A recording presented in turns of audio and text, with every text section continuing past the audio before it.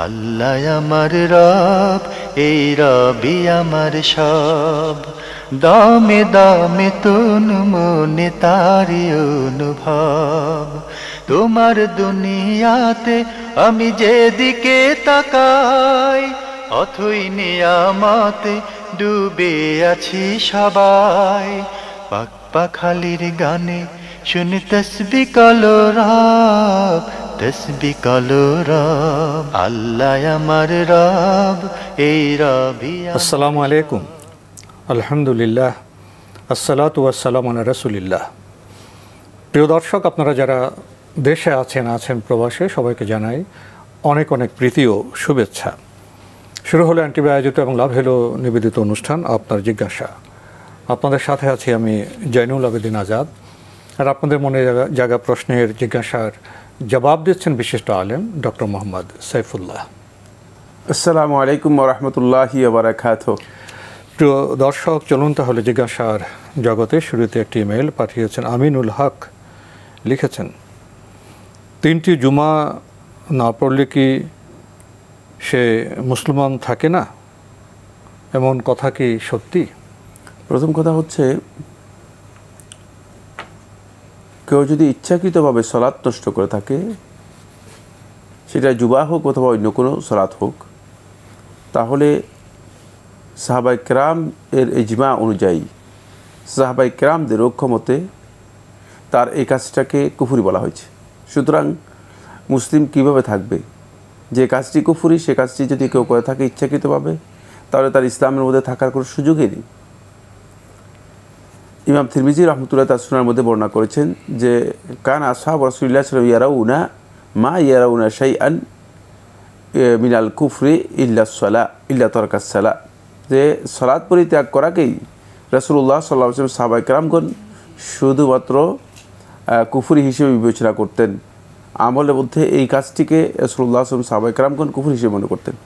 সুতরাং এটি হলো প্রথম বিষয়, যে যদি ইচ্ছাকৃতভাবে কোনো ব্যক্তি সলাৎ ত্যাগ করে থাকে, সেটা জুমা হতে পারে অথবা অন্য কোনো সলাৎ হতে পারে, তাহলে সে ব্যক্তি যদি ইচ্ছাকৃতভাবে সলাৎ ত্যাগ করে থাকে, তাহলে তার এই কাজটি কুফরি হবে, কোনো সন্দেহ নেই। দ্বিতীয় নম্বর যে বিষয়টি আপনি প্রশ্ন করেছেন, সেটা হচ্ছে ইচ্ছাকৃতভাবে যদি কোনো ব্যক্তি পরপর 3টি জুমার সলাৎ ত্যাগ করে থাকে, তাহলে এই ব্যক্তি তো সলাতের ব্যাপারে তার প্রথমেই উদাসীনতা রয়েছে। ইচ্ছাকৃতভাবে ত্যাগ করলে অবশ্যই সে ইসলাম থেকে খারিজ হয়ে যাবে, সে কুফরি এর মধ্যে লিপ্ত হলো, কোনো সন্দেহ নেই। কিন্তু কোনো ব্যক্তি যদি ইচ্ছাকৃতভাবে নয়, তার কোনো সমস্যার কারণে অথবা অলসতা করে সে ব্যক্তি যদি পরপর 3টি জুমা পরিহার করে অথবা ত্যাগ করে, তার ব্যাপারে আল্লাহ রাসূল সাল্লাল্লাহু আলাইহি ওয়াসাল্লাম একটি হাদিস রয়েছে, যে হাদিসের মধ্যে রাসূলুল্লাহ সাল্লাল্লাহু আলাইহি ওয়াসাল্লাম কথা বলেছেন যে, মান তারাকা সালাসা জুমআতিন মুতাতালিয়া, যে ব্যক্তি 3টি জুমা ইচ্ছাকৃতভাবে বর্জন করলো, তবা আল্লাহু আলা কলবিহি, যে আল্লাহ সুবহানাহু ওয়া তাআলা তার অন্তরের উপর মোহর মেরে দেন। তো অন্তরের উপর মোহর মেরে দেওয়া এটাও এক প্রকারের কুফরি, অর্থাৎ এটি অন্তরের ভয়ঙ্কর একটি রোগ। যেই সমস্ত কারণে আল্লাহ সুবহানাহু ওয়া তাআলা মানুষের অন্তরকে মোহর মেরে দেন, সিলঘালা করে দেন, অন্তরের উপলব্ধিকে বিনষ্ট করে দেন, তার মধ্যে অন্যতম একটি বিষয় হচ্ছে কোনো ব্যক্তি অলসতা করে, খামখেয়ালি করে একাধারে 3টি জুমা এর সলাৎ ত্যাগ করবে। তাই এই কাজটি যদি কেউ করে থাকেন, তাহলে তিনি তো একদিক থেকে কুফরি তার আমল হিসেবে এটা কুফরি আমল হবে, কোনো সন্দেহ নেই।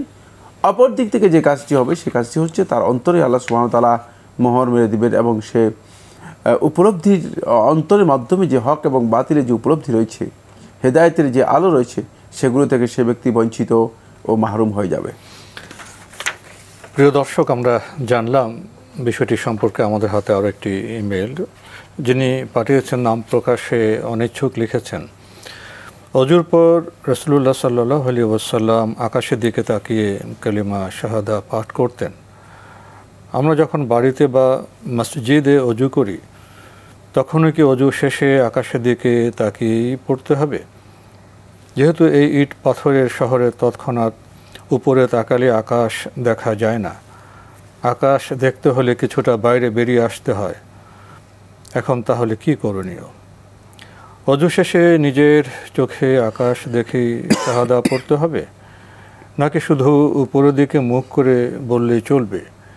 আমি যদি উপরের দিকে মুখ না তুলে শাহাদা পড়ি তাহলে কি তা সুন্নাহসম্মত হবে? একটু বুঝিয়ে বলবেন। ধন্যবাদ আপনাকে। আপনি শাহাদা পড়ার বিষয় নিয়ে আলোচনা করেছেন। হুজুর পর রাসূলুল্লাহ সাল্লাল্লাহু আলাইহি ওয়াসাল্লাম যে শাহাদা পড়তে বলেছেন সেটা যেই কোনোভাবে পড়লেই যথেষ্ট। আকাশের দিকে তাকিয়ে পড়তে হবে মর্মে যেই বর্ণনাটি উল্লেখ করা হয় তাকে সহিহ নয়। সুতরাং আপনার এই তো কথা এখানে আর প্রয়োজনই নেই।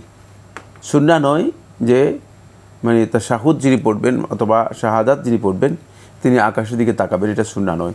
সুন্নাহ হচ্ছে শুধুমাত্র আশহাদু আল্লা ইলাহা ইল্লাল্লাহ ওয়া আশহাদু আন্না মুহাম্মাদান আবদুহু ওয়া রাসূলুহু এতটুকু পড়া হচ্ছে সুন্নাহ। সুতরাং আকাশের দিকে মুখ উত্তোলন করে অথবা আকাশের দিকে তাকিয়ে পড়তে হবে মর্মে যে রেওয়ায়তটি রয়েছে এই রেওয়ায়তটি শুদ্ধই নয়। তাই এতগুলো প্রশ্নের কোনো প্রয়োজন নেই। জি, কিন্তু উনি কি আঙ্গুল নির্দেশ করবেন? আঙ্গুল না, আঙ্গুল নির্দেশ করার কোনো প্রয়োজন নেই, মুখে বললে হবে। হ্যাঁ, মুখে বললেই যথেষ্ট। জি, আমরা জানলাম বিষয়টি সম্পর্কে। প্রিয় দর্শক, আমাদের হাতে আরও একটি ইমেল পাঠিয়েছেন আমিন, ঢাকা থেকে। লিখেছেন, 3 ভাই, বড় মেজো ভাই থাকতেন গ্রামে আর চাকুরির সুবাদে ছোট ভাই পরিবার সহ থাকতেন ঢাকায়। তাদের কেউ এখন আর বেঁচে নেই। সবশেষে 2019 সালে মেজো ভাই মারা যান। তাদের জীবদ্দশায় জমি কিংবা বাড়ি নিয়ে কোনো সমস্যা ছিল না। আনুমানিক 1978-79 সালে 3 ভাইয়ের মধ্যে জমি ভাগ করে দেন তাদের মা। 1986 সালে তিনি ইন্তেকাল করেন। মৌখিক এই ভাগের ভিত্তিতে বড় মেজো ভাই তাদের ভাগ থেকে জমি বিক্রি করেন। 1988-79 সালে তাদের বাড়ি ভাগ করা হয়। বড় ভাই নিজ ইচ্ছেতেই নতুন বাড়িতে যান আর পুরনো বাড়িটা মেজো ও ছোট ভাইয়ের মধ্যে ভাগ করে দেওয়া হয়। 1991 সালে রেকর্ডে পুরনো বাড়িটা 2 ভাইয়ের নামে রেকর্ড করা হয় বড় ভাইয়ের জীবদ্দশাতেই। একটি কথা বলে রাখা ভালো যে বড় ভাইকে তারা অনেক শ্রদ্ধা করতেন। তার সিদ্ধান্ত ছোট 2 ভাই মেনে নিতেন। তাদের ভাগগুলো ছিল মৌখিকভাবে। সমস্ত দলিলগুলো বড় ভাইয়ের ইন্তেকালের পর তার ছোট সন্তানের কাছে রাখা আছে। উল্লেখ্য যে 2005 সালে বড় ভাই, 2006 সালে ছোট ভাই এবং 2019 সালে মেজো ভাই ইন্তেকাল করেন। জমি ও বাড়ি ভাগ করার পর তারা 3 জনে দীর্ঘকাল বেঁচে ছিলেন। এ পর্যন্ত জমি বা বাড়ি নিয়ে তাদের ও তাদের ওয়ারিশদের মধ্যে কোনো ধরনের সমস্যা ছিল না, বরং এই 3 পরিবারের সম্পর্ক এক পরিবারের মতোই ছিল। 2019 সালে মেজো ভাই ইন্তেকাল করলে বড় মেজো ছোট ভাইয়ের পরিবারের সদস্য গ্রামের বাড়ি যান দাফনে অংশগ্রহণ করার জন্য। ওই সফরে দাফন কাফনের 1 দিন বা 2 দিন পরে বড় ভাইয়ের সন্তানরা বলে যে তারা পুরানো বাড়িতে আসবেন। এতে ছোট ভাইয়ের সন্তানরা আপত্তি তোলে। সেই থেকে তাদের মধ্যে শুরু হয় বাড়ি এবং জমি নিয়ে বিরোধ। যেহেতু এগুলো সব মৌখিকভাবে বন্টন করা, সেই সুযোগে বড় ভাইয়ের সন্তানরা একটা দেওয়ানি মামলা করে, যা এখনও চলমান। এতে সহায়তা করে মেজো ভাইয়ের বড় সন্তান। আমার প্রশ্ন হচ্ছে, যাদের জমি তারা তাদের সম্মতিতে মৌখিকভাবে বাড়ি ও জমি ভাগ করে দীর্ঘদিন ভোগ করেছেন কোনো রকম ঝামেলা ছাড়াই, পরে ইন্তেকাল করেন, কাগজে কলমে ভাগ না হওয়ার ফলে এই সুযোগ গ্রহণ করে যাদের সন্তানরা মামলা করেছে, শরিয়ার দৃষ্টিতে তারা গুনাহগার হবে কিনা বা শরিয়ায় এর সমাধান কি? ধন্যবাদ আপনাকে। শরিয়ার বিষয়টি এখানে প্রথম আলোচনা আসা দরকার। সেটা হচ্ছে এই শরিয়া যখন কোনো বিষয়ে নিষ্পত্তি করে অথবা বন্টন করে, শরিয়ার বিধান হচ্ছে সেটা লিখিত করা। শরিয়ার বিধান হচ্ছে এর জন্য সাক্ষী থাকা। এই জন্যই এই কাজগুলো ইসলামী শরিয়া আগে থেকেই মানে যত প্রকার কাজে ঝামেলা, বিবাদ, ঝগড়া অথবা পরস্পরের প্রতি পরস্পরের অনীহা আসার সম্ভাবনা আছে, সকল কাজেই ইসলামী শরীয়ত একেবারে সুস্পষ্ট দিক নির্দেশনা দেওয়া আছে। কিন্তু এই কাজটি শরিয়ার অনুসরণ করা হয়নি প্রথমেই। যদি সামান্যতম কোনো কাগজেও শরিয়ার অনুসরণ করা হতো, যে আমরা মৌখিকভাবে যে বন্টন করেছি, যে বন্টনের উপর আমরা ঐকমত্য পোষণ করেছি, সেই বন্টনই চলবে এবং সেই বন্টনের উপর আমরা ঐকমত পোষণ করে বন্টনের রূপটা এরকম। হ্যাঁ, রূপ না লিখেও শুধুমাত্র সিগনেচার থাকলেও এই কথার উপর, তাহলে আজকে এই কথা হতো না, এই ঝামেলা হতো না। এখন আপনি প্রশ্ন করেছেন যে বড় ভাই সন্তানরা তারা কি গুনাহগার হবে কিনা, অবশ্যই তারা গুনাহগার হবে, যেহেতু এটা একটা সমঝোতার মাধ্যমে সমঝোতা চুক্তি, এবং এরপর দীর্ঘদিন তারা ভৌতকলে ছিলেন, সমঝোতা চুক্তি হয়ে গিয়েছে। সুতরাং এই সমঝোতার আলোকে বড় ভাইয়ের সন্তানরা যদি এখন এই সমঝোতাকে লঙ্ঘন করেন, যেহেতু তারা এই সলহ বা সমঝোতা যেটি হয়েছে পরস্পর সম্মতির মাধ্যমে, এটাকে যদি লঙ্ঘন করেন তারা গুনাহগার হবেন, কোনো সন্দেহ নেই। কিন্তু গুনার মাসালা কে আর এখন গুরুত্ব দেবে, কারণ সম্পদের বিষয়, টাকা পয়সার বিষয়, যেখানে টাকা পয়সা আছে সেখানে গুনার বিষয়গুলো দুনিয়ার মানুষ খুব কমই গুরুত্ব দিয়ে থাকে। সেক্ষেত্রে যেহেতু মামলা হয়ে গিয়েছে, অবশ্যই এটা শরিয়ার বিধান অনুযায়ী এখন পরিপূর্ণরূপে সমঝোতায় আসতে হবে এবং বন্টন করতে হবে, শরিয়ার বিধান অনুযায়ী বন্টন করতে হবে। এই ক্ষেত্রে প্রচলিত আইনের আশ্রয় নিতে পারেন, পাশাপাশি সালিসির আশ্রয় নিয়ে এলাকার লোকদের মাধ্যমে, হ্যাঁ দেওয়ানি মামলা হলেও উঠে দিতে পারবে, এলাকার লোকদের সমঝোতা করতে পারেন। তবে কোনো সন্দেহ নেই যারা এই কাজটি করেছেন তারা একটা লঙ্ঘন করেছেন, সেটা হচ্ছে যে মানে যারা তাদের পূর্বসূরি অথবা মুআররিস যাদের উত্তরাধিকার তারা পেয়েছে, তাদের ঐক্যমতে যে বিষয়টি সমঝোতার মাধ্যমে মীমাংসিত হয়েছে, মীমাংসিত বিষয়ে বিতর্ক অথবা ঝগড়া অথবা বিবাদ তৈরি করা, এই কাজটি কোনো সন্দেহ নেই তাদের জন্য গর্হিত এবং নিষিদ্ধ কাজ হয়েছে। আমাদের হাতে একটি ইমেল, এটি পাঠিয়েছেন সাবিনা ইয়াসমিন, টরন্টো কানাডা থেকে। লিখেছেন, আমার উত্তরগুলো যথাযথভাবে পেয়েছি, জাযাকাল্লাহু খায়রান। আমার গতবারের হজ সম্পর্কিত সেকেন্ড কোয়েশ্চেন সুনির্দিষ্টভাবে করা না হলেও সম্মানিত শায়েখ যে ক্লিয়ার এবং ডিটেইল তথ্য আমাদের দিলেন, সত্যিই তার প্রশংসা করি। ঠিক এই তথ্যই আমি জানতে চাচ্ছিলাম। মাই নেক্সট কোয়েশ্চেন ইজ, সকালে অজু করে মোজা পরে অফিসে যাই, অজু নষ্ট হওয়ার কারণে জোহরের নামাজ পড়ার জন্য শরীরের অঙ্গগুলো পানি দিয়ে তবে পা মোজার উপর মাসে করে অজু করি। বাসায় যখন আসি তখনও অজু ভাঙার কোনো কারণ না হলে আসরের নামাজ কি পড়া যাবে আগের অজুতে? যদিও পর্যাপ্ত সময় ও পানি থাকে পুনরায় অজু করার। আসরের সালাত আদায় করতে কোনো বাধা নেই, কারণ আপনি উজু আছে, আপনার উজু আগে করেছেন, সুতরাং আসরের সালাত আদায় করতে কোনো বাধা নেই। সেক্ষেত্রে যদি কোনো ব্যক্তি মনে করেন যে তিনি উজু করে নেবেন, এটা উত্তম। মুস্তাহাব হচ্ছে বা সুন্নাহ হচ্ছে প্রত্যেক সালাতের জন্য নতুন করে উজু করা, প্রত্যেক সালাতের জন্য নতুন করে উজু করা, এটা হচ্ছে মুস্তাহাব। কিন্তু অনেক ক্ষেত্রে দেখা যায় যে ব্যস্ততার কারণে সেটা হয়ে ওঠে না বা সম্ভব হয়ে ওঠে না। সেক্ষেত্রে যদি কোনো ব্যক্তি একাধিক সালাত এক উজু দিয়ে আদায় করে থাকেন, তাহলে তার সালাত হয়ে যাবে, কোনো ধরনের সমস্যা নেই। সেক্ষেত্রে আপনি সালাত আদায় করতে পারবেন। আমরা জানলাম বিষয়টি সম্পর্কে। প্রিয় দর্শক আরও লিখেছেন, রাতে 100 আয়াত পাঠ করার ফজিলত সম্পর্কিত হাদিসখানা কি শরিয়া সম্মত? 100 আয়াতের লিস্টটা অ্যাটাচ করলাম, সেই লিস্টটা তো আমরা পাইনি। হাদিসে বলা হয় যে ব্যক্তি রাতে 100 আয়াত পাঠ করলো তার জন্য পূর্ণ রাতের কিয়াম লেখা হবে। কোনো কারণে রাতে পড়তে না পারলেও ফজর থেকে জোহরের আগ পর্যন্ত সময়ে পড়ে নিলেও ফজিলত পাওয়া যাবে। ঠিক আছে? না, এই হাদিসটি শুদ্ধ নয়, সনদের দিক থেকে হাদিসটি শুদ্ধ নয়। আলেমদের মধ্যে বিতর্ক রয়েছে, বিশুদ্ধ বক্তব্য হচ্ছে হাদিসটি সনদের দিক থেকে গ্রহণযোগ্য নয়। আমরা জানলাম। কিন্তু মানে এখানে একটা কথা বলতে হবে, সেটা হচ্ছে মানে এর অর্থই নয় যে তিনি 100 আয়াত পড়বেন না বা আয়াতই পড়বেন না।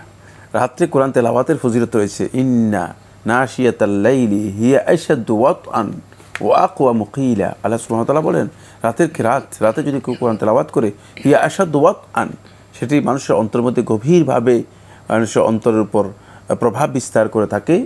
ওয়া আকওয়ামু কিলা, এবং সেই মানে কথাগুলো মানে যথার্থভাবে মানুষ যথাযথ অনুসরণ করতে পারে। এই জন্য রাতের তিলাওয়াত অত্যন্ত গুরুত্বপূর্ণ। এটা ঈমান বৃদ্ধি করে, এটা অন্তরের উপর প্রভাব বিস্তার করে এবং আমলে মানুষ সেই কাজগুলো কথাগুলোকে বাস্তবায়ন করার জন্য সহায়ক হয়। রাত্রে তেলাওয়াত করাটা অত্যন্ত গুরুত্বপূর্ণ। কিন্তু আমি এই হাদিসের উপর বক্তব্য দিয়েছি, যে সুনির্দিষ্ট বক্তব্যের ব্যাপারে কথা আমাদের লোকেরা হয়তো মনে করতে পারে যে কিন্তু তিনি যদি রাত্রে 100 আয়াত তেলাওয়াত করেন, উৎসাহব্যঞ্জক কথা, এটা তো ভালো বিষয়, কিন্তু আমরা কথা বলছি নির্দিষ্ট হাদিস সম্পর্কে, হাদিসটি সনদের দিক থেকে গ্রহণযোগ্য নয়। রাতে আমরা যারা পারি আমরা চেষ্টা করব ইনশাআল্লাহ পবিত্র কোরআন থেকে তেলাওয়াত করতে, সেটা তো আমাদের জন্য খুবই ফজিলতপূর্ণ বিষয় হবে। প্রিয় দর্শক, আমাদের হাতে একটি চিঠি, দীর্ঘ চিঠি পাঠানো হয়েছে ব্যাংক কলোনি পাটেরবাগ, ঢাকা থেকে। আপনি লিখেছেন, পীর ও আরও অনেকেই গায়েব জানে, যে এটা মনে করে তাকে বিয়ে করা কি জায়েজ হবে? এটা কি প্রকাশ্য কুফরি আকিদা? এই আকিদা কুফরি। যদি কেউ নিজের বুঝে এই ধরনের কোনো আকিদা পোষণ করে থাকে, তাহলে সে ব্যক্তি ইসলামের যে পরিধি গণ্ডি আছে সেখান থেকে বেরিয়ে যাবে। নাকিদুল ইসলাম, ইসলামকে বিনষ্টকারী। যেমন সলাতের মধ্যে যদি কোনো ব্যক্তির উজু নষ্ট হয়ে যায়, তার সলাত নষ্ট হয়ে যাবে। আর উজু করার পরে কোনো ব্যক্তির যখন কোনো কারণে পেশাব অথবা পায়খানা হয়, তার যেমন উজু নষ্ট হয়ে যাবে। ঠিক সিয়াম পালন করার পরে কোনো ব্যক্তি যেমন ইচ্ছাকৃতভাবে যদি পানাহার করে, তার যেমন সিয়াম নষ্ট হয়ে যাবে, ঠিক অনুরূপভাবে কোনো ব্যক্তি যদি এই আকিদা, যে আকিদার কথা আপনি উল্লেখ করেছেন, যে জনৈক ব্যক্তি অথবা জনৈক পীর অথবা জনৈক লোক সে গায়েব সম্পর্কে জানে, এই আকিদা পোষণ করে, তাহলে ঠিক অনুরূপভাবে তার ইসলাম পরিপূর্ণরূপে নষ্ট হয়ে যাবে। এটি ইসলাম বিনষ্টকারী বিষয়। তাই এ ব্যক্তি কুফরিতে লিপ্ত হওয়ার কারণে তার সাথে পারিবারিক সম্পর্ক, দাম্পত্যের সম্পর্ক সব কিছু ইসলামী শরীয়ত অনুযায়ী হারাম। কিন্তু অবশ্যই সেটা হতে হবে জেনে বুঝে। তখনই ইমান ধ্বংসকারী হবে যখন সে একেবারে কনফার্ম, বুঝে, নিশ্চিত, প্রত্যয়ের সাথে কোনো ধরনের সংশয় সন্দেহ ছাড়াই, সন্দেহাতীতভাবে এই বিশ্বাস করবে যে না অবশ্যই আমার নিশ্চিত করে বলবে, না অবশ্যই আমার হুজুর অথবা অমুক গায়েব সম্পর্কে জানে, তাহলে সে কাফের কোন সন্দেহ নেই। এবং তার সাথে বিবাহের সম্পর্কে যাওয়া যাবে না, আমরা জানলাম। প্রিয় দর্শক, আরও লিখেছেন, মাজারে পূজা করে ও সেজদা দেয়, তাকে বিয়ে করা কি যায়? সে মনে করে মাজারের ব্যক্তি বিপদ দূর করবে, বাচ্চা দেবে, ও এটা ভালো কাজ ইসলামের। এটাও কি প্রকাশ্য কুফরি আকিদা? এটা প্রকাশ্য কুফরি। জি, মাজারে পূজা করে এই ব্যক্তির ব্যাপারে আর কোনো এখানে আর কোনো প্রশ্নই নেই। তার সাথে ওই বিয়ে তো দূরের কথা, তার সাথে ইসলামের কোনো সম্পর্কই নেই। মাজার পূজারী, কবর পূজারীদের সাথে ইসলামের কোনো সম্পর্ক নেই। তারা নিজেদেরকে যতই ইসলাম মুসলিম হিসেবে পরিচয় দান করুক না কেন, যতই বলুক না কেন আমি মুসলিম, ইসলামের সামান্যতম কোনো সম্পর্ক তাদের নেই। জি, তারা মুশরিক। জি, আমরা জানলাম বিষয়টি সম্পর্কে। প্রিয় দর্শক, আরও লিখেছেন, আমার সামর্থ্য থাকার পরও আমি না করে আমার ভাইকে বললাম মায়ের ওই কাজটি করে দাও। এটা কি কামালুত তাওহীদের পরিপন্থী? না, পরিপন্থী নয়, কামাল তাওহীদের পরিপন্থী নয়। জি, আরও লিখেছেন, বিয়েতে মেয়ের বাবার ঘটা করে অনুষ্ঠান করা জায়েজ নেই শুনেছি। বিয়ের দিন মেয়ের বাড়ির কয়জন ও ছেলের বাড়ির কয়জন ওখানে থাকা সুন্নাহ? এর কোনো নির্দিষ্ট সংখ্যা নেই। এটা সামর্থ্যের উপর নির্ভর করবে, নির্দিষ্ট কোনো সংখ্যা নেই। তবে আপনি যে শুনেছি বলেছেন যে বিয়েতে মেয়ের বাবা ঘটা করে অনুষ্ঠান করা এটা জায়েজ নেই, এই বক্তব্য শুদ্ধ নয়। মেয়ের বাবা ইচ্ছা করলে বিয়েতে তার যদি সামর্থ্য থাকে তিনি মেহমানদেরকে মেহমানদারি করাতে পারবেন, মেহমানদারি করানো জায়েজ। আর রাসূলুল্লাহ সাল্লাল্লাহু আলাইহি ওয়াসাল্লাম তো স্পষ্ট করে বলেছেনই, ইসলামের সবচেয়ে উত্তম কাজ হচ্ছে লোকদেরকে খাবার খাওয়ানো। যদি কাউকে আপ্যায়ন করে খাবার খাওয়ানো হয়ে থাকে, এটি নাজায়েজ বলার কোনো দলিল বা ভিত্তি নেই। লিখেছেন, ছেলেরা 100 জন আসতে চাইলে মেয়ের বাবা তাদের কি বলে বোঝাবে? এটা আমাদের বিষয় না। জি, সামর্থ্যের বিষয়, এটা আমাদের বিষয় না। জি, লিখেছেন, মেয়ের মহরানা কখন নির্ধারণ করা সুন্নাহ? বিয়ের দিন না ডেট ঠিকের আগে? বিয়ের আগেই মহরানা নির্ধারণ করা হচ্ছে উত্তম। জি, এটা সুন্নাহ নয়, এটা হচ্ছে মহারানা হচ্ছে মানে এমন একটি বিষয় যেটি আগেই নির্ধারণ করে নিতে হবে। জি, আমরা জানলাম বিষয়টি সম্পর্কে। প্রিয় দর্শক, আমাদের হাতে একটি ইমেল পাঠিয়েছেন হাফিজুল ইসলাম, লিখেছেন প্রাপ্তবয়স্ক নারী পুরুষ কাজে অফিসে গিয়ে উভয় পক্ষের পিতামাতা ছাড়া অন্য কোনো অভিভাবক দ্বারা যে বিয়েগুলো হয় সেগুলো কি জায়েজ? না, বর্তমানে এই ধরনের বিয়ে তো অহরহ হচ্ছে, এ সম্পর্কে ইসলাম কি বলে? এ ধরনের বিয়ে জায়েজ নেই, ইসলামী শরীয়তে এই বিয়ে হারাম। রাসূলুল্লাহ সাল্লাল্লাহু আলাইহি ওয়াসাল্লাম স্পষ্ট করে বলছেন লা নিকাহা ইল্লা বিওয়ালি, অভিভাবক ছাড়া কোনো বিয়ে নেই। মানে কোনো বিয়ে যদি কেউ করে তাহলে অবশ্যই অভিভাবকের অনুমোদন এবং অভিভাবকের উপস্থিতি অথবা অভিভাবকের পক্ষ থেকে মানে সুনির্দিষ্ট ব্যক্তির ওয়াকালাত থাকতে হবে, যে অভিভাবক তাকে উকিল হিসেবে মনোনয়ন দিয়েছে এবং সেই অভিভাবকের পক্ষ থেকেই এখানে বিয়ের ওয়াকালাত করছে। যদি এমন হয় থাকে তাহলে বিয়ে বৈধ হবে, অন্যথায় বিয়ে বৈধ হবে না। আইয়ুমা ইমরাআতিন নাকাহাত বিগাইরি ইযনি ওয়ালিয়িহা ফানিকাহুহা বাতিলুন বাতিলুন বাতিল। রাসূলুল্লাহ সাল্লাল্লাহু আলাইহি ওয়াসাল্লাম একটা হাদিসের মধ্যে বলেছেন, যেই নারী তার ওলিয়ের অভিভাবকের অনুমোদন ছাড়া বিয়ে করবে তার নিকাহ, তার বিয়ে বাতিল বাতিল বাতিল, 3 বার বলেছেন। সুতরাং এই ধরনের বিয়ে যেগুলো হচ্ছে এগুলো সম্পূর্ণরূপে বাতিল। তো আজকে আমাদের এখানেই শেষ করতে হচ্ছে। আপনাকে অনেক ধন্যবাদ। আপনাকে অনেক ধন্যবাদ। প্রিয় দর্শক, আমরা দেখছিলাম এনটিভি আয়োজিত এবং লাভ হ্যালো নিবেদিত অনুষ্ঠান আপনার জিজ্ঞাসা। আমাদের অনুষ্ঠান আপনারা এনটিভি অনলাইনেও দেখতে পারবেন, ভিজিট করুন www.ntvbd.com। এছাড়া ইউটিউবে এবং আমাদের ভেরিফাইড ফেসবুক পেজে অনুষ্ঠান দেখতে পারবেন। শেষে এসে আমরা একটি গুরুত্বপূর্ণ বিষয়ে প্রশ্ন পেয়েছি। পিতামাতা ছাড়া, অভিভাবক ছাড়া বিয়ে শুধু ব্যক্তি জীবনের জন্য নয়, আমাদের সামাজিক জীবনের জন্য এবং আমাদের এই বিশ্বের জন্য খুবই গুরুত্বপূর্ণ একটি বিষয়। একটু ভাবুন না, যারা তরুণ হয়েছেন, যুবক হয়েছেন, তারা কি একদিনই তরুণ বা যুবক হয়ে গেছেন? এই পর্যায়ে আসতে বাবা মার যে অবদান, তাদের যে কাজ, সেটাকে আমরা স্মরণ করব না? আর বিয়ের মতো গুরুত্বপূর্ণ কাজে, ধর্মের একটি গুরুত্বপূর্ণ কাজে কি আমরা ধর্মের বিধান সম্পর্কে জানবো না, গুরুত্ব দিব না? এই গুরুত্বপূর্ণ কাজে এসে যদি আমরা দায়িত্বহীন হয়ে পড়ি, তাহলে আমাদের ভবিষ্যৎটা কেমন হবে? একটু ভাবুন। আমাদের ভাবা প্রয়োজন বিয়ে নিয়ে, বিয়ের পদ্ধতি নিয়ে, রসম রেওয়াজ নিয়ে। তাহলে আমাদের ভবিষ্যৎ জীবন আরও সুন্দর হতে পারে, অর্থবহ হতে পারে। চিঠি লিখুন, প্রশ্ন পাঠান আমাদের ঠিকানায়। পরিচালক আপনার জিজ্ঞাসা, এনটিভি, বিএসসিসি ভবন, 7ম তলা, 102 কাজী নজরুল ইসলাম এভিনিউ, কারওয়ান বাজার, ঢাকা 1215। ইমেল অ্যাড্রেস আপনার জিজ্ঞাসা @ntvbd.com। প্রিয় দর্শক, মহান আল্লাহ আমাদের সবাইকে নিরাপদে রাখুন শান্তিতে। আসসালামু আলাইকুম। আল্লাহ আমার রব, এই রবি আমার সব, দামে দামে তুন মনে তারি অনুভব।